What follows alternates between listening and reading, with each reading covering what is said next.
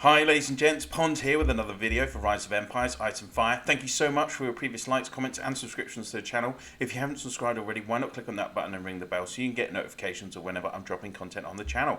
And now onto the topic of this video, and it is Sunday the 9th of April. We have a happy Easter event as it is Easter Sunday, so let's check out what it's all about.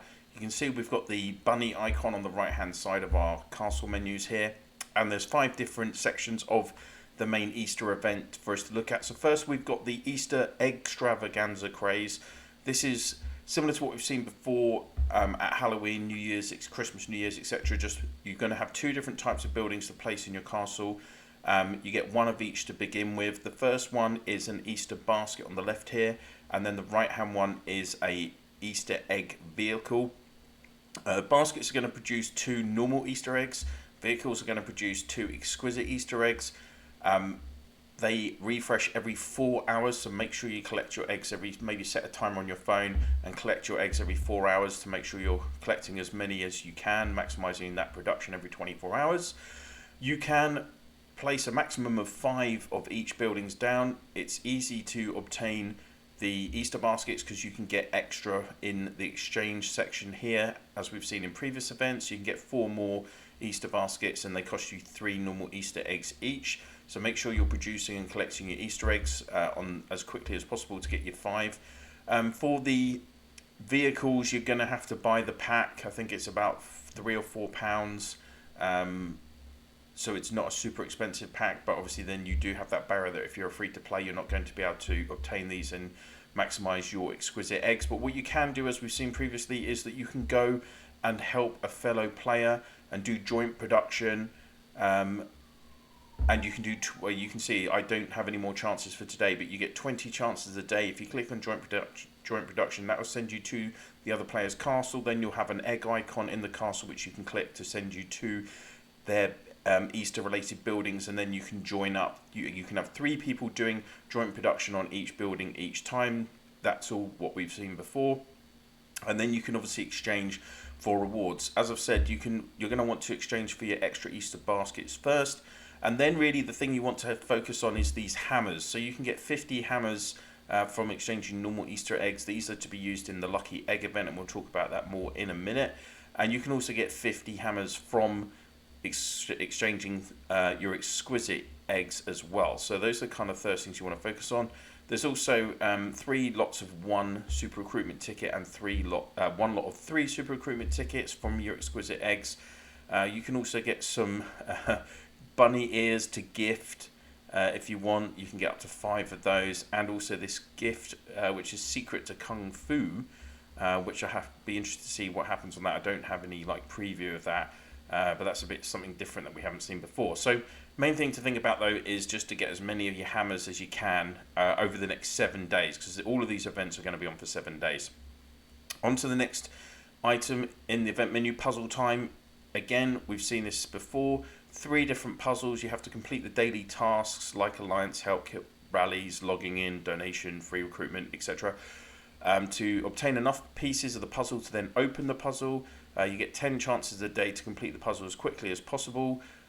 There are 3 levels of rewards for each puzzle. 1 star, 2 star, 3 star. You have to do it in 5, 3 or 2 minutes. Most people can do it in under 2 minutes. And you'll get rewards of 15 hammers on the first puzzle, 16 hammers on the second, 19 hammers on the third. So that's 50 hammers in total, which is basically enough to do 1 round of the Lucky Egg event. So you definitely want to be doing this. As usual, there are rankings showing who's done it quickest, and Mance from 169 has done it first in 26 seconds. That is always the quickest. And then Amar Zero is being a bit greedy. He's got 2nd and 3rd position. Chapo Guzman is 4th from State 498. Rewards for your rankings, you're going to get some words of truth, 100 of those, and some speed ups. Not amazing rewards as usual. So that's puzzle time. Eggstravaganza Jubilee. It's the usual it's the usual kind of multi event over 5 days. So each day you get a new unlock of tasks to complete.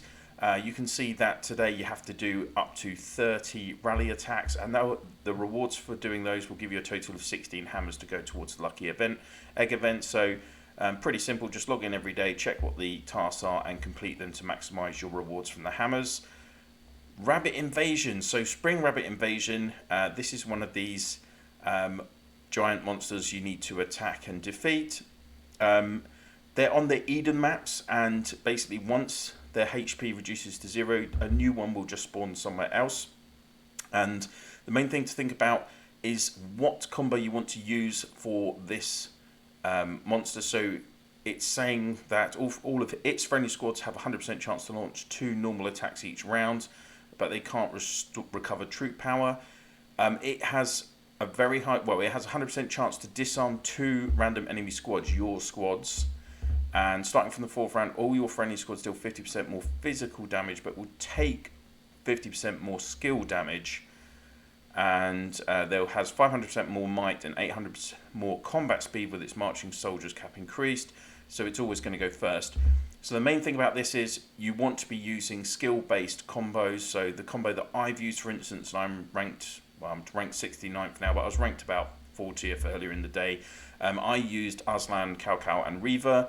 The reason for that is they have a lot of skill. Basically, they're all skill damage combat skills, which meant that I was doing a lot of damage. Aslan has his automatic auto attack in terms of its counter attack, which, bearing in mind this is doing 2 lots of attacks each round, putting Aslan on the front, that means you're going to do a lot of damage, and it's all about maximizing the damage that you do. If you don't have those heroes, then obviously you could, if you don't have Cao, for instance, you can put healer in the standard Aslan healer Reaver combo, or you might want to go for an avalanche combo, because obviously she's got doing a lot of high skill damage as well with her skills. Those are probably your best options. You will not want to use a serial attack combo. Don't use any heroes, any combos with Beast Queen, Rosen, Farah, Sundiata, Reaper, Warden. All of those kind of combos that are based on your on your soldier attacks, your serial attacks. Don't use those. They won't work for this. You do get rewards, 15 damage rewards you can see here, and you're going to get a lot of hammers from those rewards, like 1 or 2 for each, and then a few bit of Dragon XP speed ups, etc. So make sure you try and maximize all of these. You have to get up to 20 million damage done in total in the event, and then there are rankings rewards as well. So the top 50 will get rewards, but only the top player on the map will get extra hammers, and they get 8 hammers. Otherwise, those players are getting some Orichalcum, but only 175 to 170, and a few Words of Truth. So again, the rewards aren't great. First place gets this Spring Picnic Rabbit type gift as well. So not amazing. So that is Spring Rabbit. On to the lucky event, egg event then, why you're doing all of those other elements. So this is basically the same as the Christmas wishlist event. This time we are using hammers to try and unlock the jackpot reward each level. I think at Christmas there were 30 prizes each level for 30 levels. This time there are 50 different prizes on 10 different levels.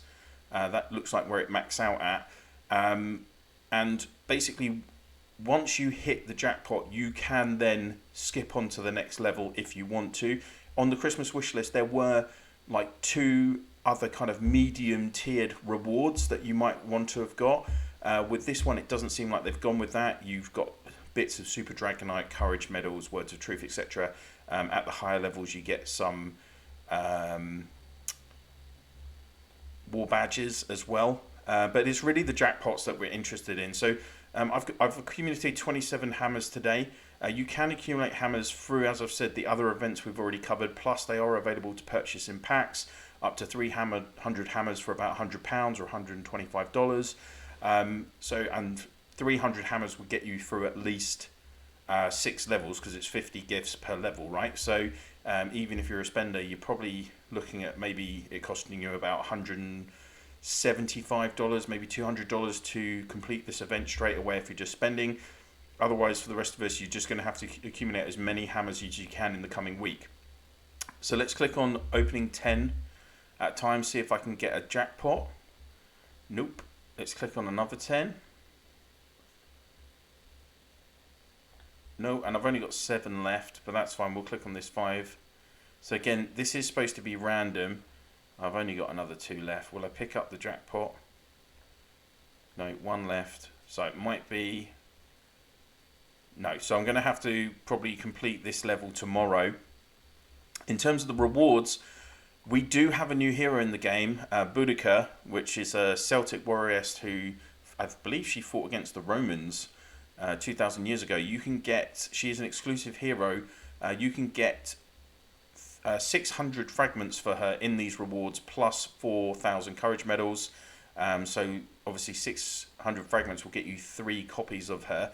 So let's go and have a look at what she's about. So we'll have to go into heroes and all the way down to not recruited. So like I say, Boudica, so the Celtic Queen, she's an exclusive hero. We've seen exclusive heroes before in terms of Cleopatra, Alfred and Jeanne d'Arc. Boudica is a melee archer hero, so that melee means she's going to be on the front row, most likely. We have seen an email from the devs today talking about the best combos for her would be either Boudica with Sakura and Elk, or Boudica with Sakura and Ethelfred. So we'll have a look and chat about that in a second. Let's have a look at her skills quickly. So skill 2, combat skill, effective range of 3. Boudica charges forward, 70% chance to deal up to 200% damage to 1 mid-row or back-row enemy. So it's only going to target 1 squad within the valid range for 3 consecutive times. So that's basically 3 times 200%, so 600% damage. 40% of the damage will be used to restore the power of 2 random squads of your side. So that's healing. 40% of 600 is 240%. So I think if I read that right, it's going to be 2 lots of 240% healing for 2 of your squads. That's quite a lot of healing, 480% in total. Unless they're saying it's a total of the 40%, then it would only be 2 times 120% healing, if that all makes sense. So we'll have to wait and see how this kind of works in effect. For me right now, there's nothing. 70% chance is good, and a total of 600% damage is okay, but it's still not kind of top tier. But then she's not meant to be, I don't think, because she's front row. 5th skill is Song of the Uprising. It's a status skill, so it's always active. Boudica has natural protection permanently, so when dealing skill damage, like you get in skill 2, there's a 30% chance to cause destructive strike to the target. Now, destructive strike is basically when dealing direct skill damage, there is a chance to trigger the destructive strike and will increase the damage by 200%. So that is a huge buff, 200% increase on the damage. I think that could be the best in the game that I've seen, actually, or it's certainly one of the very highest in the game. For instance, like Arthur's damage multiplier starts at 100, is maxed at 150%. So this being 200% is very high. If Boudica acts before all enemy squads do, it increases her chance to cast skills and the destructive strike by 20% at the price of stopping her from launching normal attacks. So normal attacks would be just the archers attacking. But an extra 20% would mean that this is giving a 50% chance for destructive strike. And don't forget that skill 2 is already at 70%. So this is then giving it another 20%. That's 90% chance for that skill to activate. So, and then if you've got the extra 200% bonus on the damage, then actually that 600% base damage is looking very decent. But she needs to act first. So to help that on skill 6, she has 40 archer combat speed, which is okay. It would help you against other archer legions, but it's not really going to help you against a lot of cavalry legions that have the heroes like Lorman, Rosen, etc. that are buffing your speed by like 100, 120, 160 combat speed. And then on her 7th skill, it's the usual 40% might. And 8th skill is Ashley Chariot, which is pre-battle skill, so prep skill.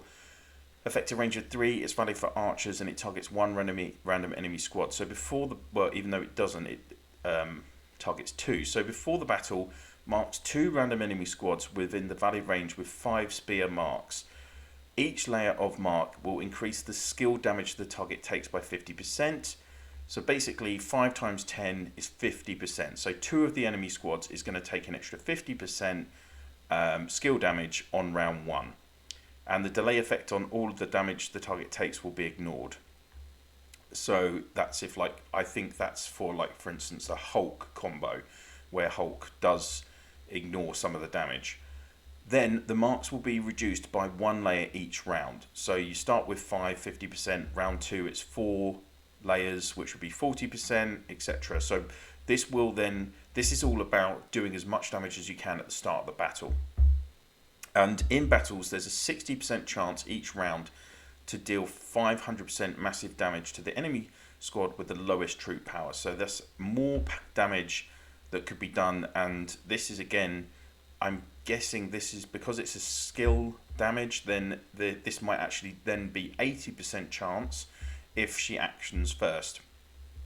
And 500% damage, again, combined with the damage you're doing in the second skill, that's a lot of damage. But it's most likely going to be early round where this all kind of works together.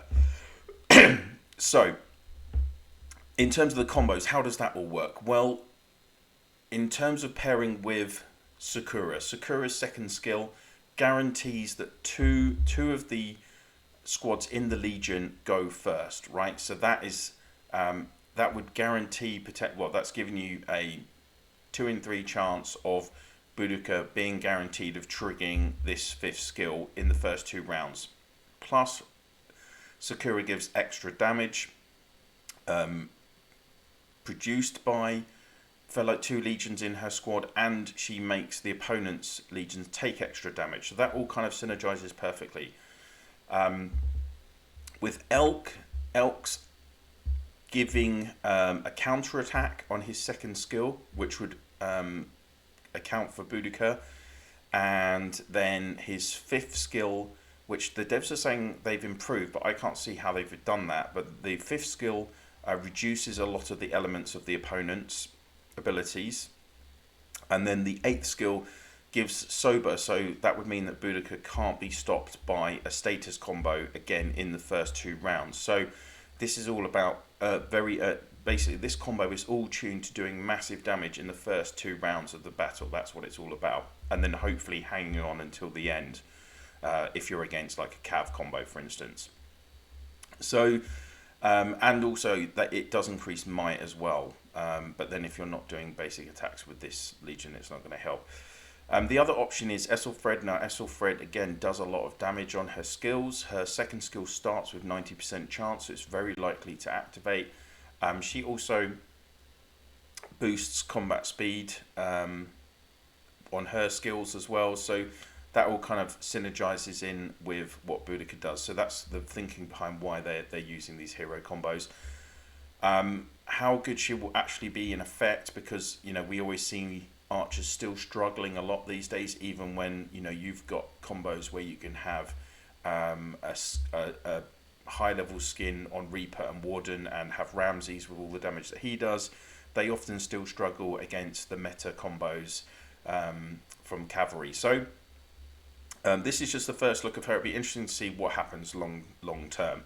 But that is everything on the event for Easter, which is on for the next 7 days. Of course, I'd be interested to hear your thoughts on it. I mean, it's the same event game mechanics again, just rehashed with a different skin because it's for Easter. There's not a lot new in there other than, you can get a few copies of this exclusive hero. At least with the Christmas wish list, we were all guaranteed you could get the Immortal hero skin. So for me, I would have liked to have seen something similar like that for this event. That we could have got one of the other heroes' skins, like a decent hero that we actually use as well. But it hasn't turned out that way. You're going to be able to get 3 copies of this Boudica exclusive hero. So still a few questions to answer, of course, this early on, but hopefully I'll be able to update you on Boudica and do a full first look on her in the coming days. And of course, if you do have any comments about any of this, then please do pop your comments in the comment section down below. And if you've liked this video, please do click on that like, and if you could share this video and my channel in your alliance chat, province chat, map chats, guild chats, and through line WhatsApp, Viber, Discord, whatever you use to communicate with your fellow players in the game, that would be very much appreciated. That's it for now. Thank you so much for watching, and I'll see you soon.